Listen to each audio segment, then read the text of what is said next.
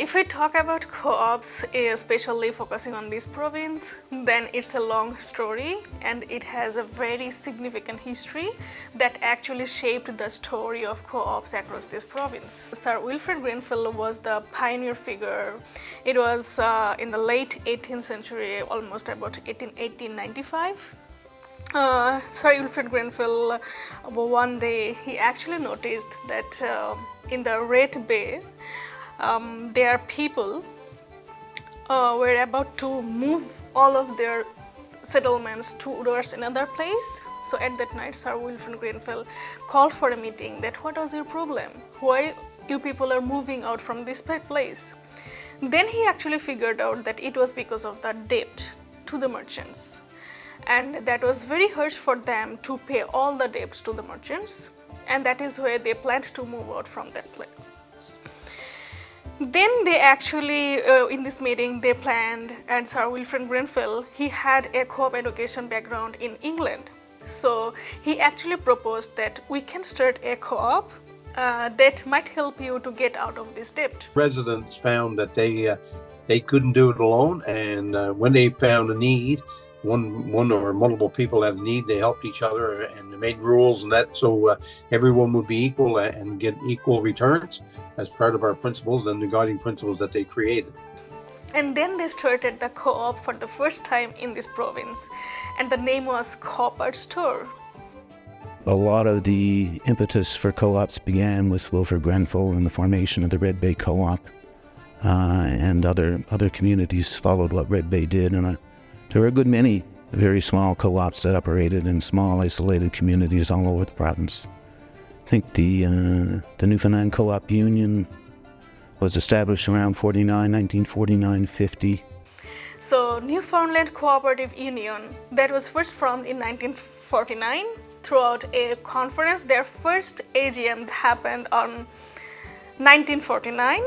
So at that meeting, they actually proposed that we need to form a co-op union so that all the co-ops, they can have a place that whom to contact and whom to share. So it was the first official starting of NLFC in 1949. In that time, there were many co-ops that established, like Ender Co-op store, and then Corner Brook Co-op store and Fogo Island Fisheries Co-op store.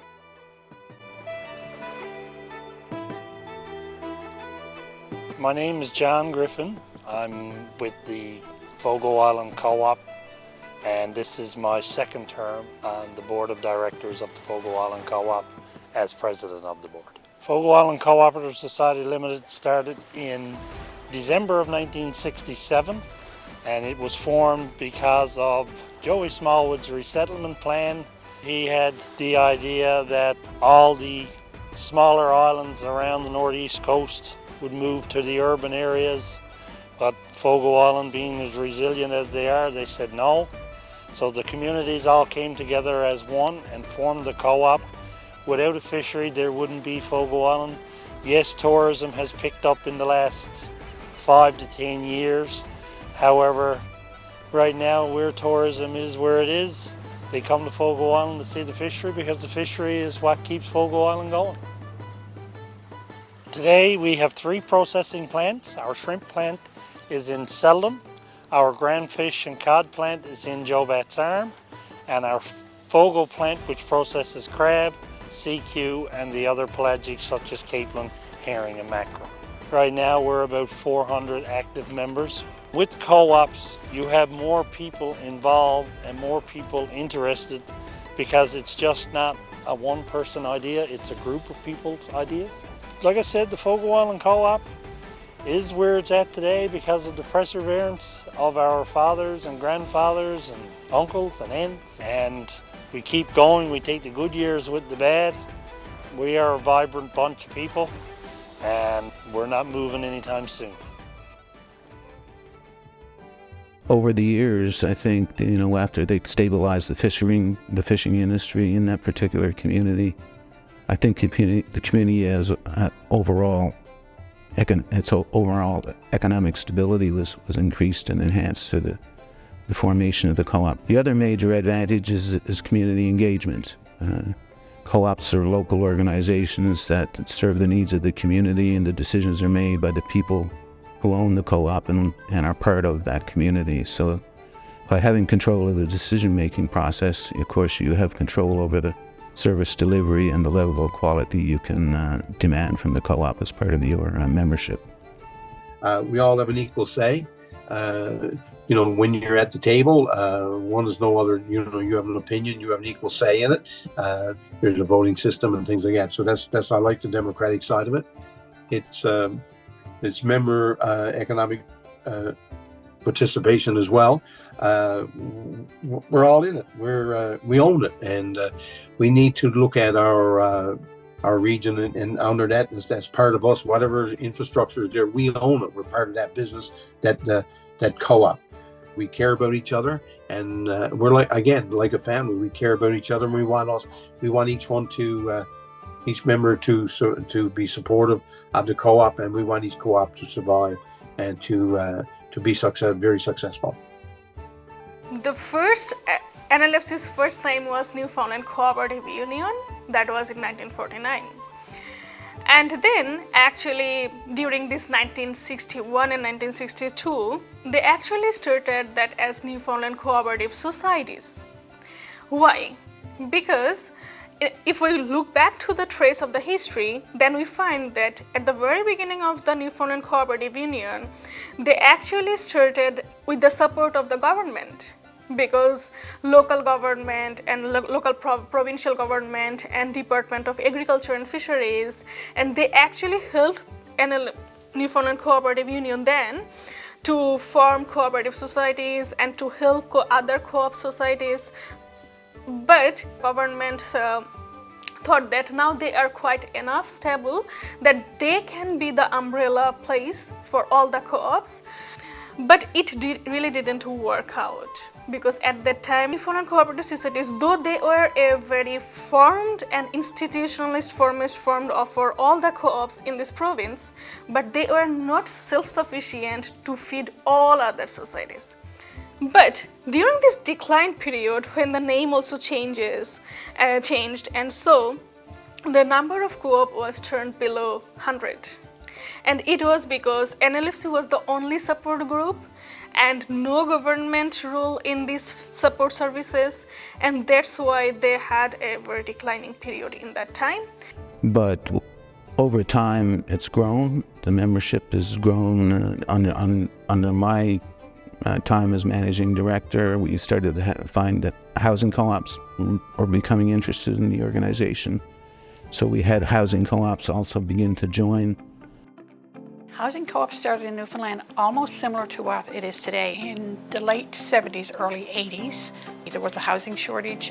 A lot of people couldn't afford to go out and get mortgages, and the rents were just too expensive. So as a group of people, we all got together and started different co-ops. We went to the government, we lobbied for land. Then we had contractors and architects build and design. And then we went and got our mortgages and filled up our units, and it's been ongoing ever since. Channel helps the community by ensuring that we can provide affordable housing. It's mixed communities. There's no discrimination of any kind, and we try to uphold the human rights for housing for all. And we look to the community for help and try to ensure to the best of our ability that it's affordable.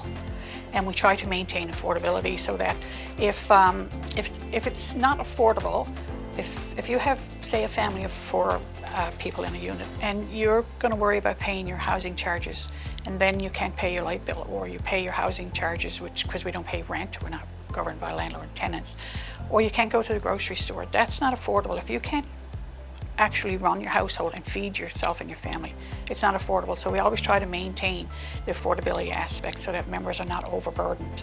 It's important for housing co-ops to keep running for the simple fact that we can provide homes to people who would never otherwise afford to have a home. So all in all, they're great communities and great places to live, and people always feel comfortable and want to stay in their homes, So yeah, it's great. We all know that across all Canada, we are suffering from housing crisis. So NLFC also shows us the pathway that how can we make a sustainable housing co-ops through, and we can mitigate these problems. this is member owned. Everybody gets a part of it. Everybody gets a share of it. And I think that's where we're going to help the residents and our members to become more independent in the future. So where we are standing now, that is the period since 1981 to present. Because in 1981, our new name that is we are using now, that is Newfoundland Federation of Cooperative Societies. At first, there was government services, government support, and then government actually limited their supports. Even there was, I would say, no support. And then in the re-emergence period, when Newfoundland Federation of Cooperatives, NLFC, actually developed, so it was Co-op division in 1981. And since then, Co-op Atlantic provides management services, and NLFC actually focused on education and communication, because they thought that because of their experience of declining period, they thought that it is very important to educate others about co-ops, because people hardly had knowledge about what is co-op and how can we form co-op. So there NLFC started different kinds of training modules through MAN extension service, and also different kinds of educational curriculum, and arranged different kinds of campaign and camps. The education, training, and information. We tell others about it. We don't hold it our own. It's not a business that we want to control and say nobody else gets part of it. The more members, the better it is, to my mind, and the more the more volunteers we have as well. A lot of the new co-ops that are being established and the ones that have come on stream in the last number of years tend to be more socially oriented, dealing with social issues such as healthcare and childcare, and community development co-ops that provide community development support services. So a lot of it revolves now around socially oriented community needs. We are the co-chairs of the Social Justice Co-op. Officially, we started in 2013, but we actually come from a very long history of organizing in the province that dates back to an Oxfam chapter that was started in the 60s. Some activists were really trying to bring together kind of local issues with what was happening internationally. We try to empower activists to do what they're really excited about, and do a lot of collaboration. Do a lot of campaigns around social justice, environmental organizing, decolonizing, anti-racism efforts. We also delve into other campaigns such as the Palestinian campaign that we recently helped collaborate and launch. Genocide is crystal clear.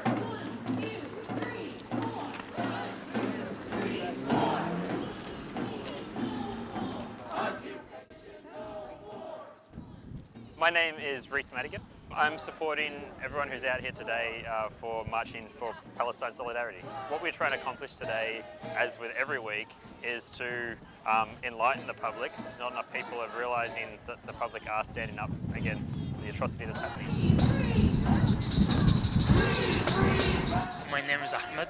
I'm personally a member of the Social Justice Co-op, and they were one of the first people back on October 14th, where everyone was still starting to build what ended up being what we see today.